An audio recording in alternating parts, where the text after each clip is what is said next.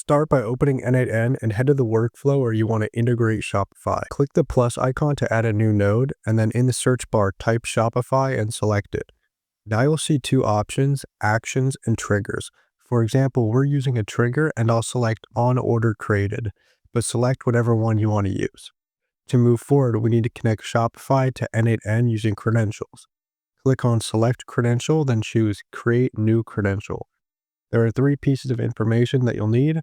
Those are your shop domain, your API access token, and your API secret key.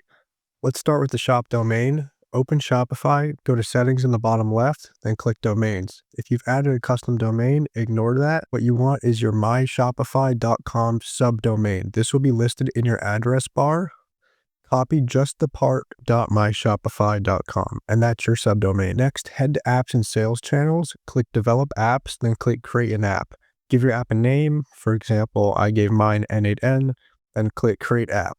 Now go to configure admin API scopes. This is where you choose what N8n can access in your store.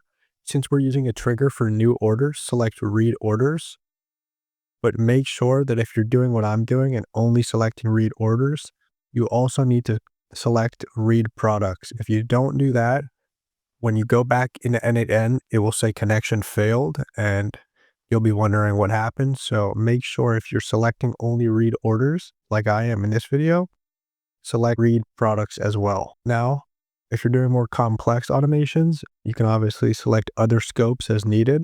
Once you're done with that, click save, then go to overview and install the app by clicking install app in the top right. Once the app is installed, you'll be able to get your admin API access token. Click reveal token once and be sure to copy it because you won't be able to view this token again. Paste that token into N8n under access token. Now scroll down to grab your API secret key and paste that into N8n as well in the corresponding field. Your subdomain, token, and secret key, click save. If everything was entered correctly, you'll see connection tested successfully. Your Shopify account will now be fully connected and you can start pulling in data like orders, customers, or product info directly into your workflows. Even if no events appear right away, N8n will begin listening for incoming activity, so test data will show once orders start coming in.